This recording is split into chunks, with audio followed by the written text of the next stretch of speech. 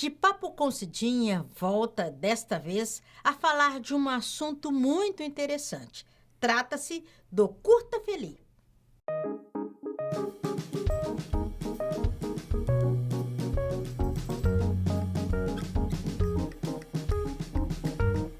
A ação do Curta Feliz lança na semana agora de agosto, né? Dois livros, professor Carlos. As Quatro Estações e o relançamento 12 Homens em um Ano. Mas vamos para o lançamento, As Quatro Estações. Fala um pouco deste livro. Bom dia, Cidinha. Bom dia, boa tarde, boa noite, como dizia Jorge Ben. Então, eu vou ter a grata satisfação de lançar no contexto do Curta Feliz, no dia 13 de agosto, às 18h30, na Sala da Porta Laranja, esse meu romance, As Quatro Estações. E vou tentar falar economicamente dele, né? Porque o livro tem 700 páginas. As Quatro Estações conta a história de uma moça chamada Veridiana, que tem 22 anos e é estudante de Direito na faculdade do Largo de São Francisco, a Faculdade de Direito da USP. Ela tem 22 anos, tem uma família muito amorosa, mas ela passa por uma situação muito ruim. Ela não está bem. Então, o livro acompanha um ano na vida dela, por isso se chama As Quatro Estações, em que ela passa por uma série de transformações. Ele está dando um spoiler do livro, hein? Então venha no lançamento e adquira o livro para você ter a história completa, né, professor? Isso. Esse livro é reflexo, eu diria, da minha experiência de vida em São Paulo. Eu vivi por muito tempo em São Paulo, mais de 40 anos. Eu não nasci em São Paulo, eu nasci em Piracicaba, que é no interior de São Paulo. Mas fui criança lá para a capital, vivi lá até vir para cá, para a UFTM, em 2009. Então, mais de 40 anos. E São Paulo, como todo mundo sabe, é uma cidade múltipla, né? Tudo acontece em São Paulo. E a Veridiana, ela está ali num núcleo familiar, num bairro, mas numa cidade. Então, eu costumo dizer que este romance tem duas protagonistas. Uma é a Veridiana, a outra é a cidade de São Paulo. Para mim, a história da Veridiana só poderia acontecer em São Paulo. Pelas circunstâncias pessoais e familiares dela, os amigos, o padrinho, a madrinha, a faculdade. Então a cidade aparece, e aparece muito. Então é uma história fictícia, professor? Sim, é uma ficção, né? Um romance que saiu da minha cabeça, mas eu tenho, eu tenho uma imaginação ilimitada. Assim. Aos poucos a gente vai se conhecendo, né? Uma pessoa que tem a idade que eu tenho tem que saber um pouquinho de si. E eu sei que eu tenho um dom mesmo, uma vocação para escrever, para contar histórias. Eu gosto muito de contar histórias. Nas minhas aulas mesmo, os meus alunos do curso de letras aqui sabem disso, que eu não sei dar resposta curta. Quando alguém me faz uma pergunta, eu vou buscar lá a raiz até chegar à flor. E o meu romance é assim. A situação dela, aparentemente simples, porque é uma menina de 22 anos que é infeliz. Como assim?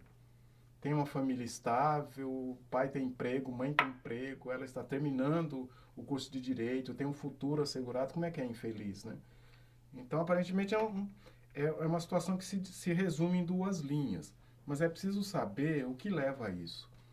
Então, é um mergulho nas relações familiares, Você, além de tudo, né?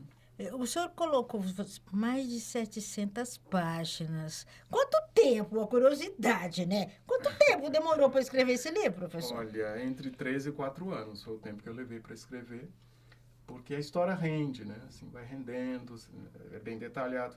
É algo que também explica o número de páginas, né? Esse volume parece um tijolo, né?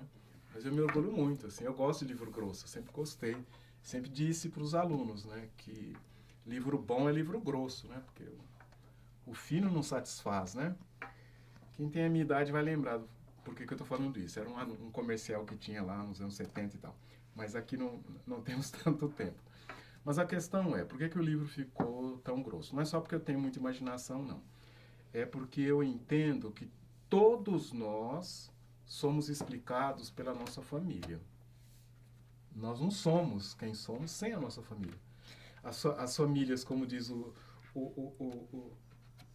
Tolstói no começo de Ana Karenina, há famílias felizes e infelizes.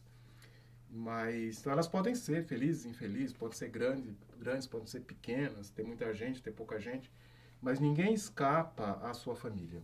Nós somos fruto da nossa família. Ninguém escapa à sua família, um livro grosso, vale dizer, então, que o senhor tem um apego, uma relação muito boa familiar. Ué, boa e ruim, como todas as famílias, assim, não existe família que seja um paraíso, né? Então, um pouco dessa experiência, assim, como pessoa, como professor, enfim, vem para cá no sentido de eu perceber que eu não poderia escrever um romance sobre uma moça de 22 anos e falar só dela, porque ela não é fruto só de si, ela é muito nova, 22 anos apenas. Ela é fruto da família. Então, ela tem pai e mãe, o pai dela é arquiteto, a mãe dela é pintora, o pai dela é negro, a mãe dela é branca. Ela tem 3 irmãs, tem uma tia, tem um primo, tem uma avó, tem padrinhos. Então, se você pegar, assim, quando vocês lerem esse romance, vocês vão ver que a narrativa não segue só a Veridiana, segue todas essas pessoas. De alguma maneira, elas têm uma contribuição na história dela. Então, isso é mostrado em termos de sofrimento, de felicidade, seja o que for. Ela está no centro de uma teia de relações. Então, eu conto os detalhes disso, né? Professor, uma Por isso é tão longo. curiosidade. Mas deixa eu só dizer uma coisa. A experiência que eu tenho, porque já faz muito tempo que eu escrevi esse livro, eu demorei para lançá-lo, né, de ter condições de lançá-lo. Mas várias pessoas já leram esse livro. E, pasme, ele é de leitura rápida. É um livro Porque que você não consegue largar. começa a ler e quer acabar de ler. Você quer saber qual que é o segredo. Tem um segredo da Veridiana aqui. 700 páginas, 700 Isso e não é poucas, nada. você, dependendo da pessoa, lendo uma noite, atravessa, né? Se Olha, gostar do veja, romance. Veja. Fala-se muito que as pessoas não leem mais. Que eu saiba, os jovens continuam lendo Harry Potter. Crianças leem Harry Potter. Quantas páginas tem os volumes dos livros do Harry Potter? 600, 700. E as crianças e adolescentes leem. Então, ler o meu livro também não é sacrifício nenhum, não. Tem uma história que prende e eu aposto que quem pegar para ler não vai largar. Professor, uma curiosidade. Quando eu vi pela primeira vez, a capa, muito sugestiva, muito chamativa, no período que os jovens querem definir sua identidade, eles querem ter um posicionamento em relação a quem são. Então, eu acho que a capa, ela é uma belíssima apresentação do livro. Essa capa foi feita pela Viviane Rodrigues, que é servidora aqui da UFTM. Ela trabalha na editora da UFTM, é minha amiga. E eu pedi a ela que fizesse a capa. E eu pensei, ela vai levar um mês para conceber a capa, né? A gente conversou um pouquinho sobre as minhas expectativas. E eu pensei, vai levar um mês, né, para fazer direitinho. No dia seguinte, ela já me mandou o primeiro esboço, que é praticamente o que nós temos aqui. Então, acho que teve um impacto sobre ela também, a nossa conversa. E ela produziu essa capa que diz o que é o livro. Nessa capa a gente vê a Veridiana, com seu cabelo black power, assim, maravilhoso, né? Enorme. E a gente vê em preto e branco, assim, representações dos principais pontos turísticos de São Paulo. Então, nessa parte de baixo, a gente vê a Ponte Estaiada ali, que fica sobre a Marginal do Tietê, é uma construção muito famosa. A Catedral da Sé, o MASP, o prédio do Banespa e o Copan, que é um edifício de apartamentos ali perto da Praça da República, muito conhecido também, muito conhecido. Então, já diz para o leitor o que tem no livro. É uma aventura pessoal da Veridiana, mas num contexto específico, num espaço específico. No espaço que é a cidade de São Paulo. Que é complexa, é bonita, é feia, é triste, é suja, é tudo. São Paulo é tudo. Então, a Veridiana vive lá. E há uma frase que aparece em algum momento no livro, né, que fala da vida na cidade. Então, não é só a vida da Veridiana, é a vida da cidade. Tem o trânsito da cidade, tem as questões profissionais, né? Tem o trabalho, o estudo, o lazer, as pessoas vão a shows, vão ao teatro, as pessoas se amam, se odeiam, se encontram, se perdem, se reencontram.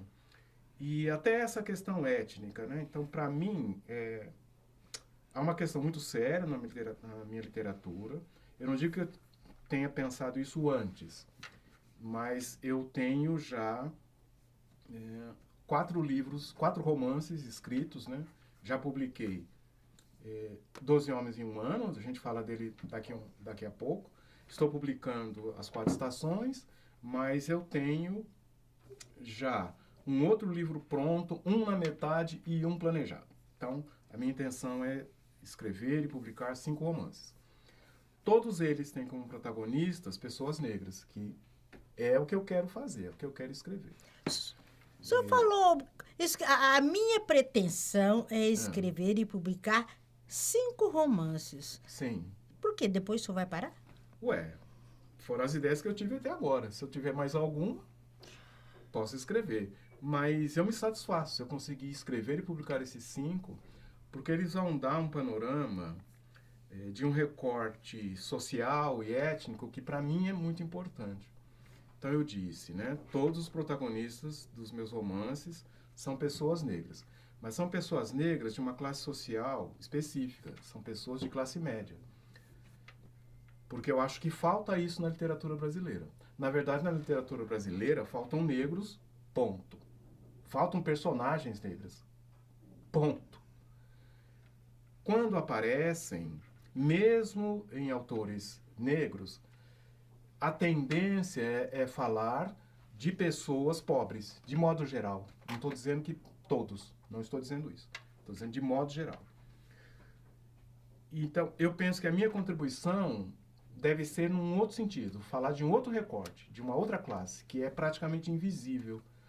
As pessoas talvez até estranhem essa expressão que eu estou usando, classe média negra. Em São Paulo, que é a cidade de onde eu venho, e é uma cidade que nunca saiu de mim, nunca vai sair de mim, isso é uma realidade. Existe uma classe média negra em São Paulo. E eu desconfio que em Uberaba também existe. Ok? Eu quero saber se elas aparecem na ficção, na televisão, no cinema, na literatura.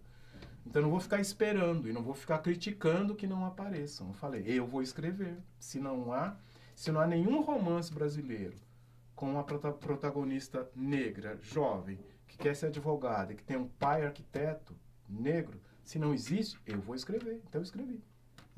Tá dando a sua contribuição à classe. Sim, porque eu acho que precisa. Eu acho que a gente precisa entender que a experiência do negro brasileiro é completa e complexa. Nós somos todo tipo de pessoa. Nós temos todo tipo de pessoa. Veja do que eu estou falando. Eu estou falando de estereótipos. Por muito tempo, a principal fonte de ficção para os brasileiros, lógico que eu estou falando das telenovelas. Todos nós precisamos de ficção. Não existe nenhuma sociedade em que as pessoas não gostem de contar e de ouvir histórias. Nós, como seres humanos, precisamos de histórias. Mas se você olhar para os últimos 50, 60 anos, que é a época da história da TV brasileira, da história da telenovela brasileira, ela colocava negros sempre em funções estereotipadas. É o empregado, a empregada doméstica, a mulher negra sexualizada, hipersexualizada, o bandido ou o policial, e só. De uns anos para cá isso tem mudado, tem melhorado. Acho ótimo, né? Acho ótimo. Mas ainda é muito pouco para o que os negros são na história do Brasil. Professor, agora não mudando de assunto, porque esse assunto rende muito, o senhor vai relançar 12 Homens em um Ano. Eu estou curiosa em relação a este romance aqui, tá? Esse é um relançamento que vai ocorrer junto com o lançamento das 4 estações. Okay. Fala um pouco para nós deste livro. Então, 12 Homens em um Ano. Então, você vê, esse romance se chama As 4 Estações e este aqui, 12 Homens em um Ano. Eu gosto muito do tempo. Para mim, o tempo é uma divindade, né? O tempo conduz todos os nossos caminhos e descaminhos. Então, ele aparece muito nos meus romances. Geralmente, eles se passam ao longo de um ano, é como se fosse um ciclo. Então, a Veridiana tem o ciclo dela em As Quatro Estações. E em Doze Homens em um Ano, se fala de outra moça negra, chamada Ariane. Ela tem 27 anos, é perfumista, ela elabora perfumes. Na verdade, a profissão dela, a formação dela é engenheira química. Mas desde a adolescência ela gostava de mexer com essências, com fragrâncias e tal. E acabou se estabelecendo mesmo como perfumista. Ela tem o próprio negócio e tudo, né? Tem uma pequena empresa e ela elabora perfumes para celebridades ou para marcas. Faz uma coisa que eu acho sensacional. Não sei de onde eu tirei isso, foi da minha cabeça ou não. Mas ela prepara fragrâncias para eventos, assim, um casamento. Você quer que no seu casamento tenha um cheiro, assim. Ela cria um cheiro e espalha pela igreja, né? Tem um episódio em que isso acontece no romance. Então essa é a Ariane. Se eu puder falar dela assim, em duas, três palavras, eu vou dizer. A Ariane é uma mulher livre. Então, ela trabalha, ela tem a família, sempre terá família nos meus livros, como eu estava dizendo. E a Ariane tem a mesma sede de amor que todos nós temos. Mas, como nosso tempo é curto, eu vou resumir a filosofia de vida da Ariane. A filosofia de vida dela é a seguinte: enquanto não aparece o homem certo, eu vou me divertindo com os errados. Interessante. Por que o livro se chama 12 Homens em um Ano? Porque ele mostra as relações da Ariane com 12 homens ao longo de um ano. Aparecem 12 homens nesse livro. Um por mês. Um por mês. E ela achou certo? Você vai ter que ler o livro para descobrir. Curiosidade. Que bom. É o suspense, né? Que o romance precisa sempre criar. Então, a cada mês, aqui se conta um relacionamento da Ariane com um homem, né? Nem todos são namorados. O irmão dela aparece, o pai aparece. Mas a Ariane, eu diria que é um terremoto em forma de mulher. Ela é livre. Portanto, ela é livre sexualmente também. Então, não é um livro para pessoas envergonhadas. A Ariane não tem vergonha. Eu não estou dizendo que ela seja uma pessoa sem vergonha. Isso é diferente. Eu estou dizendo que ela não tem vergonha de quem ela é, de ser mulher, de ser negra, de ter a sua sexualidade, de gostar de homens e de procurar um homem à altura dela. O livro conta isso. Ela é resolvida. Ela é resolvida. Os homens é que eu não sei se são, então por que ela vai continuar, dar mais do que um mês para o cara se resolver? Nossa, são romances que eu já estou assim. A curiosidade, como diz o ditado, matou o gato, né? Então, essa é uma das vantagens de ser negro, que eu falo essas barbaridades e não fico vermelho. A gente não aparece. A Melina, nossa, é diferente, Ela então protege. a gente fala. Professor, o nosso tempo, nós falamos, o nosso tempo é curto. Deixa o convite, gostaria que o senhor fizesse o convite para quem está nos vendo, nos assistindo, nos ouvindo. Venha participar, adquiram os romances, tá? E faça uma leitura gostosa, diferente, principalmente enaltecendo a comunidade negra. É isso, né? Então, realmente, eu agradeço a oportunidade de convidar a todos, a comunidade interna da UFTM, externa também, que nos assistir, a estar presente no dia 13 de agosto, quarta-feira da semana que vem, às 18h30, na Sala da Porta Laranja, que fica aqui no Centro Educacional, na Abadia. É fácil, você entrando aqui no Centro Educacional, é fácil encontrá-lo, para participar do lançamento, então, do meu romance As Quatro Estações, que vai fazer você rir e chorar. É impossível não rir e não chorar lendo esse romance. E do relançamento de 12 Homens em um Ano, que vai fazer você rir muitas vezes. Muitas vezes. É um romance cômico, erótico, cômico, existencial. Então, venha conhecer Ariane em 12 Homens em um Ano, Veridiana em As Quatro Estações, e venha participar desse evento, porque o Centro Cultural preparou assim uma série de atrações para esse dia. Então, eu agradeço muito a Samira, que cuida da literatura lá no Centro Cultural, que idealizou aqui o FELI, né, que é o Festival Literário da UFTM, e esses eventos mais curtos, né, o Curta FELI. Agradeço a Cidinha também por essa oportunidade. Espero todo mundo lá. Vai ser um dia emocionante, porque eu estou brincando muito aqui, mas As Quatro Estações é um livro emocionante. Assim, é a gente ver o que é a vida. Eu sempre digo, o que está neste romance é o que eu aprendi sobre a vida, sobre as famílias, sobre o amor e sobre São Paulo. Ó, professor, e quem não puder vir assistir, vir participar desse lançamento e relançamento, onde encontrar esses romances? Então, por enquanto, pode adquirir comigo, é só me seguir ali pelo Instagram, carlosmorais.397, já consegue entrar em contato comigo. Mas em breve esses romances estarão também nas plataformas digitais de venda. Posso falar nome aqui? Pode, professor. Ixi, eu estou Na em casa. Amazon, né? Em breve estará na Amazon também, inclusive na versão e-book. E aí a gente faz uma nova divulgação disso também. Pois é, então, se você não tiver condições de vir participar do lançamento e relançamento, você pode seguir o professor nas redes sociais e também adquirir, porque a curiosidade, eu tenho certeza que você ficou curioso, tá? Ou curiosa, para ler esses romances, né, professor? Espero que sim. Espero que sim. São uma experiência muito boa. Quem já leu, gostou. De Papo com Cidinha, volta depois.